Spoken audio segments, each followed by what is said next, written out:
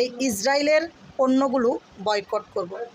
ঠিক আছে, এটা আমি সকল ক্রেতা, সকল বিক্রেতা সবার কাছে জোর দাবি জানাচ্ছি। আসসালামু আলাইকুম, শুভ সকাল। সকালবেলা আপনাদের কাছে আমার মনের কিছু কথা নিয়ে চলে আসছি। এই যে ফিলিস্তিন এবং ফিলিস্তিনের সাথে যে অবস্থা করতেছে গাজা এবং গাজা ইসরায়েল, এগুলো তো আমার কোনো অভিজ্ঞতা নাই আসলে।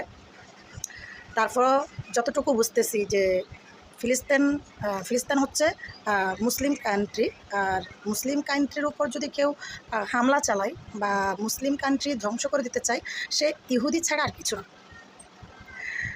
আমরা জানি এই পৃথিবীতে সকল মানুষের বাঁচার অধিকার আছে, সকল মানুষের তার ধর্ম নিয়ে পরিচালনা করার অধিকার আছে। যেহেতু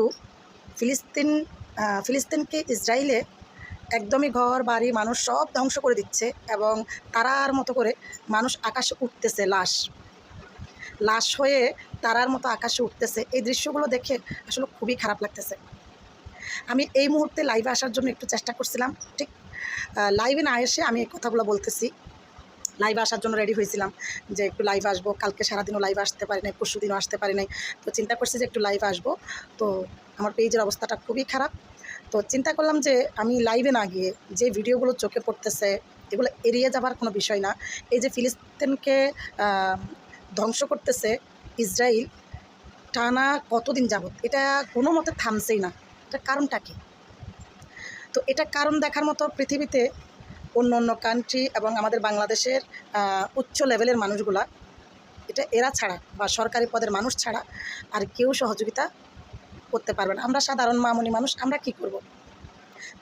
আমরা হচ্ছে শুধু শোকাহত হতে পারতেছি, দুঃখ প্রকাশ করতে পারতেছি, আর হয়তো নামাজ পড়তে বসলে 2 হাত তুলে একটু দোয়া করতে পারতেছি।